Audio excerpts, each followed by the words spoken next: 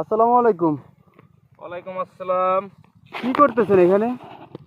এখানে জমিতে মুড়ি কাটা লাগাইতেছি। মুড়ি কাটা, এগুলো হচ্ছে মুড়ি মুড়ি কাটা পেঁয়াজ না? গুটি পেঁয়াজ যেটা আর কি। গুটি পিস। এটা লাগানোর আসলে আদর্শ নিয়ম কি? কিভাবে লাগাইতে হয় এটা?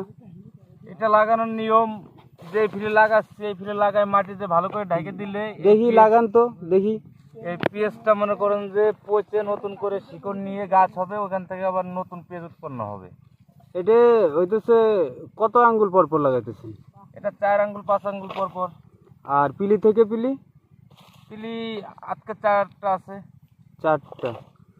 তার মানে হইতেছে 18 ইঞ্চিতে 4টা পড়তেছে। হুম, এটাই সঠিক নিয়ম না? এটা সঠিক নিয়ম। আচ্ছা। অনেকে অনেক ফিলি লাগায়। অনেকেই হচ্ছে এই যে পেঁয়াজ ফাইরে লাগায়, ওগুলো তো বড় পেঁয়াজ থাকে। হ্যাঁ, ওইটা বড়।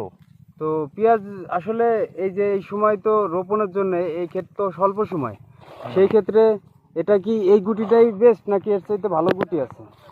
না, গুটির জন্য এটাই বেস্ট। এই গুটিগুলা মনে করেন যে গাছগুলো অনেক হবে, মানে পরিপূর্ণ হবে, গ্রোথ ঠিক হবে আছে? তাড়াতাড়ি। ফলন বেশি হবে। ও আচ্ছা, ঠিক আছে, ধন্যবাদ।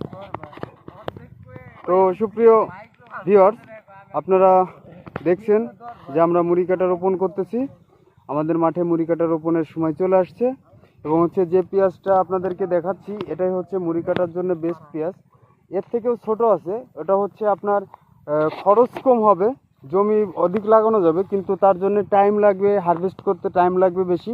কিন্তু এই পেঁয়াজটা যদি রোপণ করা যায় তাহলে হচ্ছে 55 থেকে 65 দিনের ভিতরে হারভেস্ট করা সম্ভব। আর হচ্ছে পেঁয়াজের ভিতরে সবচাইতে কম দিনে পেঁয়াজ হারভেস্ট করা যায় এই কন্দ পেঁয়াজ বলেন, মুড়ি কাটা পেঁয়াজ বলেন, আর গুটি পেঁয়াজ বলেন, এই পেঁয়াজগুলাই। তো সকলে ভালো থাকবেন, পরবর্তী ভিডিও আসার আগ পর্যন্ত আসসালামু আলাইকুম।